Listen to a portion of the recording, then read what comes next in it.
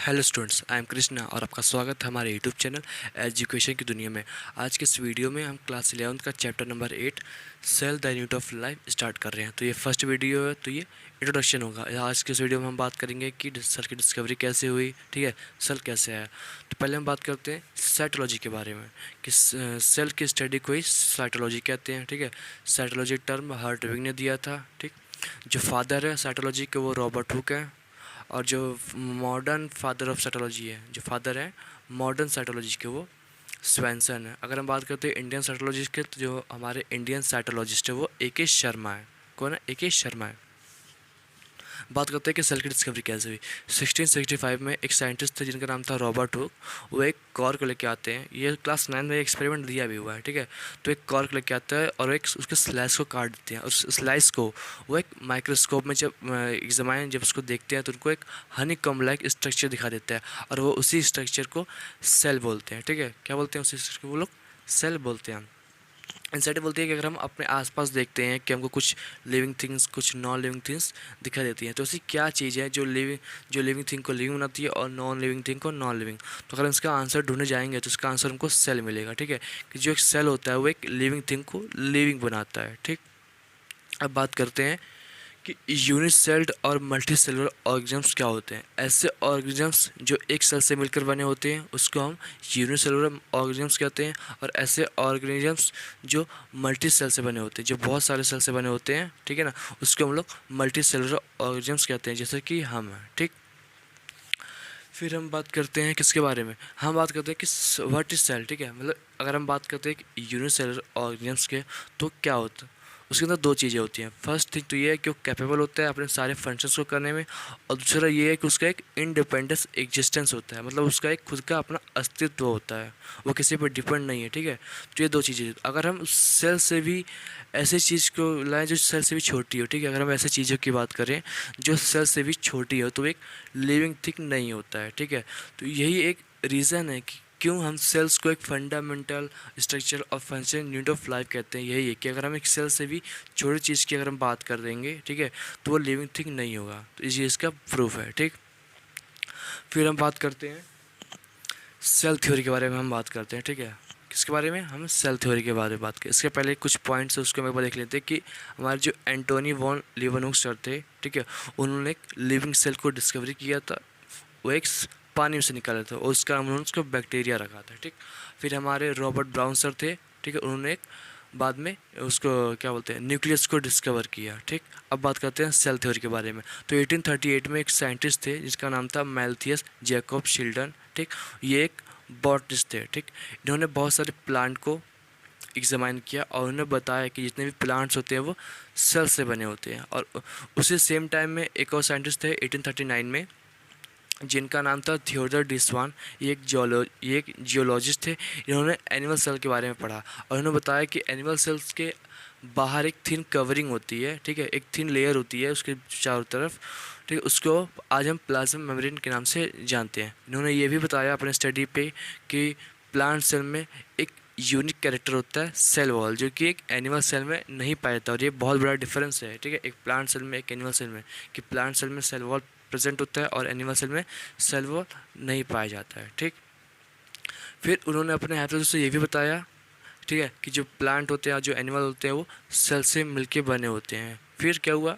फिर शेल्डन ने और सॉल ने मिलकर सेल थ्योरी दिया। हालांकि ये सेल थ्योरी एक्सप्लेन नहीं करता था कि ये जो सेल्स है ये कहाँ से आ रहे हैं, ठीक है, ये सेल्स कहाँ से ये आते हैं, इनका सोर्स क्या है, ये इस थ्योरी को एक्सप्लेन नहीं कर पाए।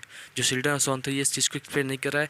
फिर हमारे रुडोल्फ विर्चो सारा 1855 ने इन्होंने इस थ्योरी को एक्सटेंड किया और बताया कि जो सेल्स होते हैं वो अपने पहले के सेल्स से आते हैं। मतलब एक सेल डिवाइड करता है तो नया सेल बनाता है। Sales comes from pre existing cells. इन्होंने लॉ ऑफ लीनियस के बारे में बताया है कि मतलब जो सेल होता है वो लॉ ऑफ लीनियस के पे वर्क करता है। लॉ ऑफ लीनियस क्या है? एक सिद्धांत है, ठीक है, जो वो कहता है कि हाँ सेल जो होता है वो अपने प्री एग्जिस्टिंग सेल से आता है। तो इन्होंने इसमें लॉ ऑफ लीनियस की बात की है, शायद ये एनसीईआरटी में नहीं दिया होगा, ठीक। फिर क्या हुआ? फिर बात करते हैं अब बात करते हैं ओवरव्यू ऑफ सेल के, ठीक है। सेल थ्योरी भी हो गया, हम जान गए भाई क्या सेल थ्योरी क्या होता है, कि जो सेल होता है वो एक फंडामेंटल और स्ट्रक्चरल यूनिट ऑफ लाइफ है, और सेल प्री एग्जिस्टिंग से आया, सेल से आया है, यही हमारा सेल थ्योरी। ठीक, अब बात करते हैं ओवरव्यू। ठीक है, कि हमको क्या पढ़ना है। ओवरव्यू एक डेंस मेम्ब्रेन, ठीक है, स्ट्रक्चर है जिसको हम लोग न्यूक्लियस कहते हैं। अगर हम बात करते हैं ओवरव्यू ऑफ सेल की, तो हम पहली बात करते हैं कि न्यूक्लियस क्या होता है। तो न्यूक्लियस के बारे में अगर बात करेंगे तो एक डेंस बाउंड मेम्ब्रेन होता है जिसको हम लोग न्यूक्लियस कहते हैं, और न्यूक्लियस के अंदर क्रोमोसोम्स होते हैं। ठीक है, न्यूक्लियस के अंदर क्रोमोसोम्स होते हैं, और उस क्रोमोसोम के अंदर डीएनए होता है। ठीक है, और डीएनए का ऐसा सेगमेंट जो फंक्शनल होता है उसको जीन कहते हैं। एक बार इसको दोबारा से रिपीट कर देते हैं। ठीक है, कि बहुत बच्चे को कन्फ्यूजन होता है कि क्रोमोसोम्स क्या होते हैं, जीन कहाँ प्रेजेंट होता है, डीएनए किस में होता है। ठीक है, तो न्यूक्लियस के अंदर क्रोमोसोम्स होते हैं, क्रोमोसोम्स के अंदर डीएनए होते हैं, और डीएनए के अंदर जीन होते हैं। ठीक, अब बात करते हैं कि ऐसे सेल्स, ठीक है, जिनमें न्यूक्लियस एब्सेंट होता है उसको हम लोग यूकैरियोट्स कहते हैं, उसको हम लोग प्रोकैरियोट्स कहते हैं। ठीक है, ऐसे सेल्स जिनके अंदर न्यूक्लियस एब्सेंट होता है उसको हम लोग प्रोकैरियोट्स कहते हैं, और ऐसे और सेल्स जिनके अंदर न्यूक्लियस प्रेजेंट होता है उनको हम लोग यूकैरियोट्स कहते हैं। तो ये भी डिफरेंस है कि प्रोकैरियोट सेल क्या होता है, यूकैरियोट सेल क्या होता है। ठीक है, तो ये यू मीन्स क्या होगा, जो न्यू सेल्स हैं, और प्रो मीन्स जो प्रिमिटिव टाइप के ना, जो पुराने सेल्स है। ठीक है, तो ये हमारा यूकैरियोट सेल्स हो गया और ये प्रोकैरियोट सेल्स हो गया। अब बात करते हैं इसकी सेल ऑर्गेनल्स क्या होता है, किसके बारे में, सेल ऑर्गेनल्स।